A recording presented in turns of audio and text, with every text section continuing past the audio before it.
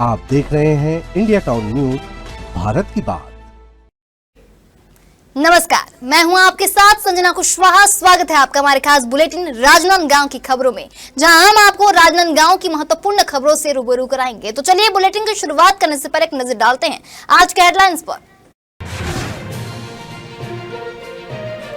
बेसहारा डॉग की पीठ से निकले 1 किलो ट्यूमर गांठ। राजनांदगांव में स्ट्रीट डॉग की सफल सर्जरी, ट्यूमर से जूझ रहे डॉग को मिला नया जीवन।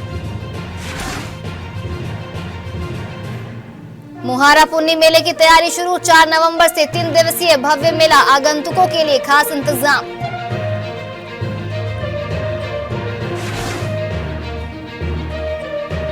दीपावली मिलन और अन्नकूट पूजा, गोपाष्टमी का कार्यक्रम आयोजित, महिलाओं ने मनाया धार्मिक और सांस्कृतिक पर्व।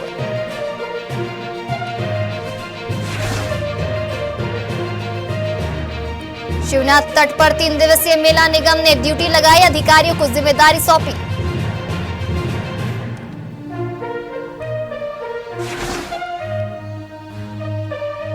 डॉक्टर रमन सिंह का 1 दिवसीय दौरा, लोगों से की भेंट मुलाकात, प्रधानमंत्री की सराहना की।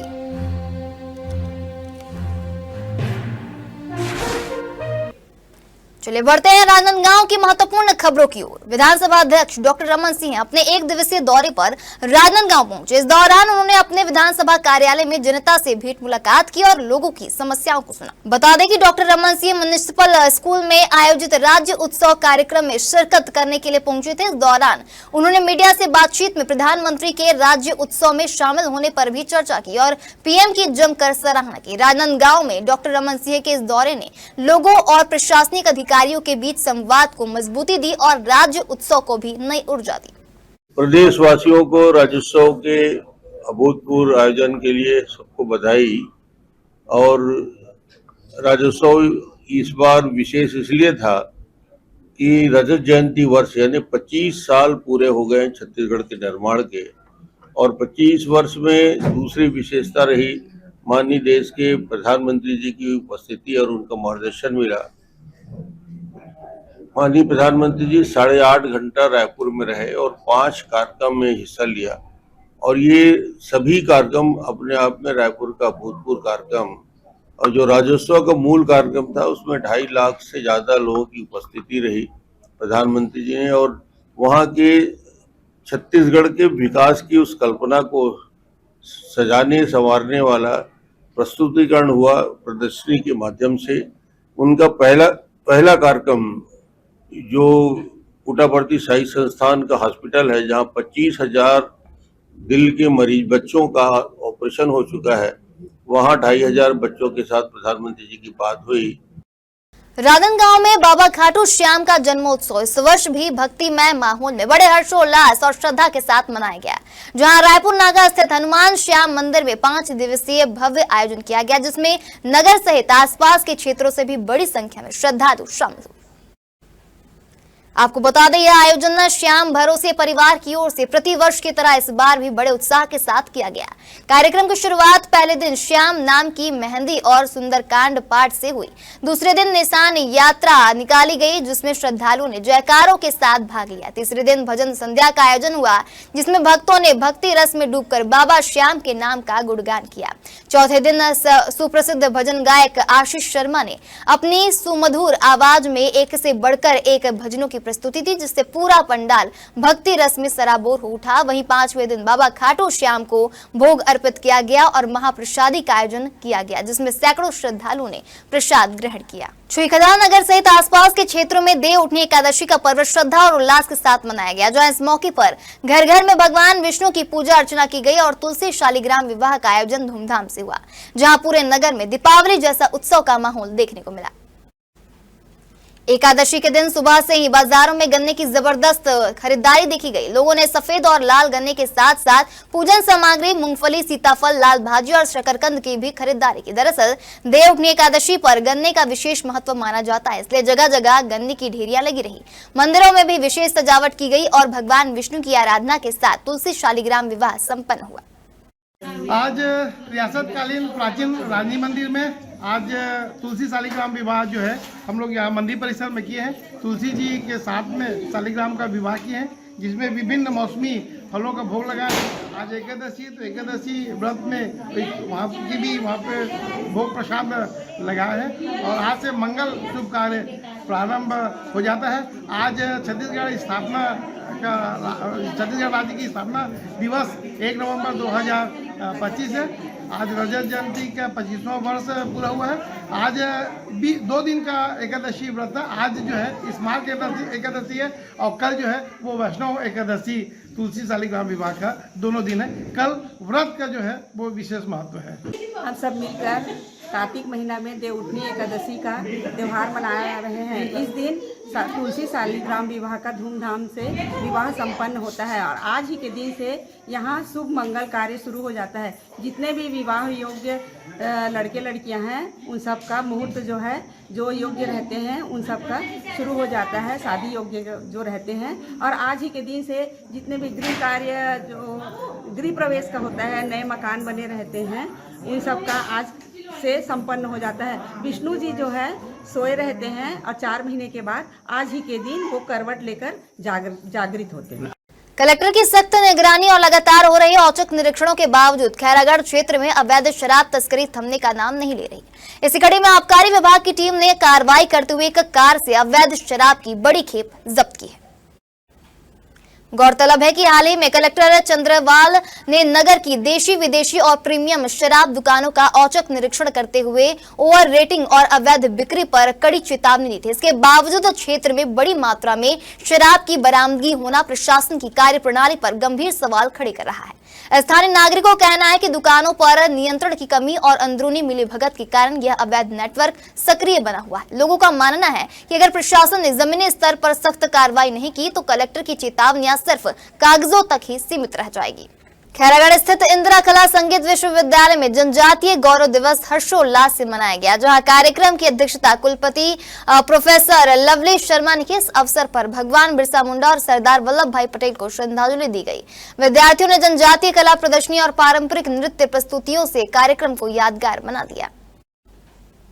बता दें, इंदिरा कला संगीत विश्वविद्यालय खैरागढ़ में जनजातीय गौरव दिवस पूरे उत्साह और सम्मान के साथ मनाया गया। कार्यक्रम की अध्यक्षता कुलपति प्रोफेसर डॉक्टर लवली शर्मा ने की। उन्होंने भगवान बिरसा मुंडा और सरदार वल्लभ भाई पटेल को नमन करते हुए उनके योगदान को याद किया। इस अवसर पर विद्यार्थियों द्वारा सजाई गई कला प्रदर्शनी का उद्घाटन किया गया, जिसमें जनजातीय जीवन, संस्कृति और पारंपरिक वेशभूषा में खूबसूरती से दर्शाया गया। बता दें, डॉक्टर सौमित्र तिवारी ने सरदार पटेल को देश की एकता के प्रतीक बताया। वहीं डॉक्टर देवमाइत मिंज ने आदिवासी समाज की सामुदायिक जीवन शैली पर अपने विचार रखे। कार्यक्रम का मुख्य आकर्षण विद्यार्थियों द्वारा प्रस्तुत सरहुल और बैगा नृत्य रहा, जिसने दर्शकों का मन मोह लिया। खैरागढ़ में देवउठनी एकादशी पर्व बड़े हर्षोल्लास के साथ मनाया गया, जहां कार्तिक शुक्ल पक्ष की एकादशी तिथि पर भगवान विष्णु के योग निद्रा से जागने की परंपरा को निभाते हुए श्रद्धालुओं ने सुबह से ही तुलसी शालिग्राम विवाह की तैयारियां शुरू कर दी थी। वहीं घरों में पूजा अर्चना, भोग और आरती के साथ धार्मिक वातावरण बना रहा। देवउठनी एकादशी पर्व पर खैरागढ़ में भक्ति और उल्लास का अनोखा संगम देखने को मिला, जहां कार्तिक मास की शुक्ल पक्ष की एकादशी पर भगवान विष्णु के जागरण के साथ ही शुभ कार्यों का आरंभ माना जाता है। शुक्रवार को सुबह से श्रद्धालु पूजा पाठ और तुलसी शालिग्राम विवाह की तैयारियों में जुटे दिखे।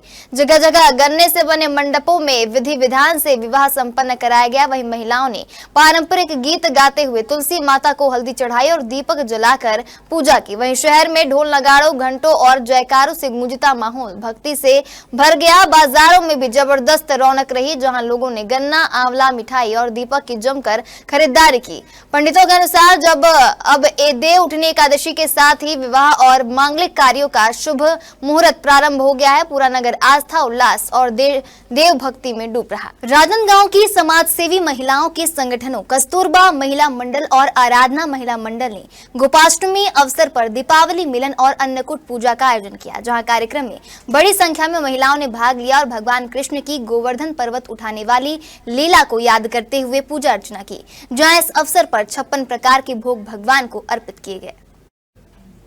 तो वहीं इस अवसर पर पूर्व महापौर हेमा देशमुख ने आयोजनों की सराहना करते हुए कहा कि ऐसे कार्यक्रम हमारे जड़ों से जोड़ते हैं और समाज में सामूहिकता और संस्कृति की भावना को बनाए रखते हैं।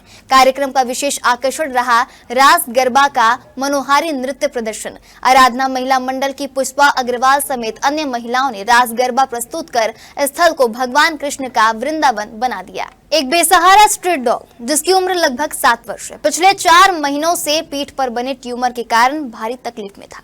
वह स्थानीय नागरिकों को उस कुत्ते की हालत देखकर दया आई और उनमें से एक संवेदनशील नागरिक ने उसे दुर्ग वेटरनरी कॉलेज पहुंचाया, जहां जांच में पता चला कि डॉग का ब्लड लेवल मात्र 6 ग्राम रह गया है और बहुत उसका शरीर जो है कमजोर है। चिकित्सकों ने बताया कि ऐसी स्थिति में सर्जरी करना कुत्ते के लिए जीवन जोखिम भरा हो सकता है, इसलिए ऑपरेशन से मना कर दिया गया। इसके बाद उस कुत्ते को जिला पशु चिकित्सालय राजनांदगांव लाया गया, जहां प्रभारी डॉक्टर तरुण रामटेकी ने जांच कर निर्णय लिया कि उचित तैयारी के बाद ऑपरेशन संभव है। अगले 15 से 20 दिनों तक लगातार फ्लूइड थेरेपी और आयरन सुक्रोज इंजेक्शन देकर कुत्ते का ब्लड लेवल 9 ग्राम तक बढ़ाया गया। इसके बाद 1 किलोग्राम वजन का ट्यूमर सफलतापूर्वक निकालने की सर्जरी की गई। सर्जरी में विधानसभा अध्यक्ष डॉक्टर रमन सिंह द्वारा अपने जन्म दिवस के उपलक्ष्य में चिकित्सालय को भेंट की गई इलेक्ट्रोकार्टी मशीन का उपयोग किया गया, जिससे ऑपरेशन के दौरान अत्यंत कम मात्रा में रक्त स्त्राव हुआ। इस कठिन सर्जरी को उप संचालक पशु चिकित्सा सेवाओं के मार्गदर्शन में डॉक्टर तरुण रामटेकी के नेतृत्व में गठित टीम ने अंजाम दिया। वहीं टीम में बलराज चौहान, प्रेमलता कोसारे, शत्रुघ्न यादव, पीयूष कश्यप और अन्य स्टूडेंट्स भी इस विशेष योगदान में साथ दिया। सफल ऑपरेशन के बाद स्ट्रीट डॉग को नया जीवन मिला। अब इसकी स्थिति सामान्य है और वह स्वस्थ हो गया है। इस वर्ष कार्तिक पूर्णिमा के अवसर पर मोहारा स्थित शिवनाथ नदी के किनारे 3 दिवसीय मेला आयोजित किया जाएगा। इसी कड़ी में महापौर मधुसूदन यादव और निगम आयुक्त अतुल विश्वकर्मा ने हाल ही में मेला स्थल का निरीक्षण किया और व्यवस्थाओं की जानकारी ली। तो वही नगर निगम द्वारा मेला स्थल में आवश्यक सुविधाएं उपलब्ध कराने के लिए आयुक्त ने अधिकारियों और कर्मचारियों को शिफ्ट में ड्यूटी सौंप दी है। इसके तहत सुरक्षा, सफाई, बिजली, पेयजल और प्रकाश व्यवस्था सुनिश्चित करने का दायित्व भी सौंपा गया है। आयुक्त ने आगे कहा कि नदी के किनारे बैरिकेडिंग, मेला स्थल में पर्याप्त प्रकाश, पेयजल की पाइपलाइन व्यवस्था और साफ सफाई का विशेष ध्यान दिया जाएगा।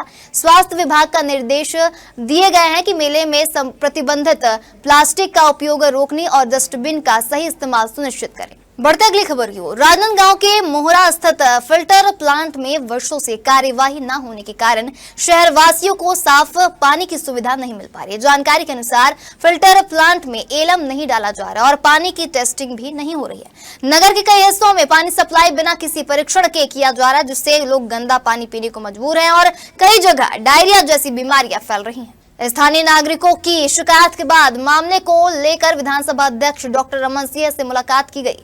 इस दौरान विधानसभा अध्यक्ष ने कहा कि मामले की जांच करवाई जाएगी और दोषी पाए जाने पर दोषियों पर कड़ी कार्रवाई भी की जाएगी। वहीं डॉक्टर रमन सिंह के आश्वासन के बाद शहरवासी उम्मीद कर रहे हैं कि जल्द ही फिल्टर प्लांट को सक्रिय किया जाएगा और उन्हें सुरक्षित साफ पानी उपलब्ध होगा।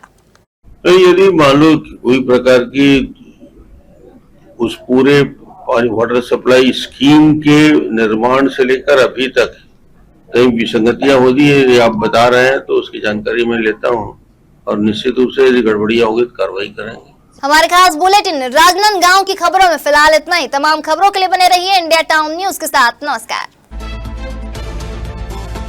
आप देख रहे हैं इंडिया टाउन न्यूज, भारत की बात।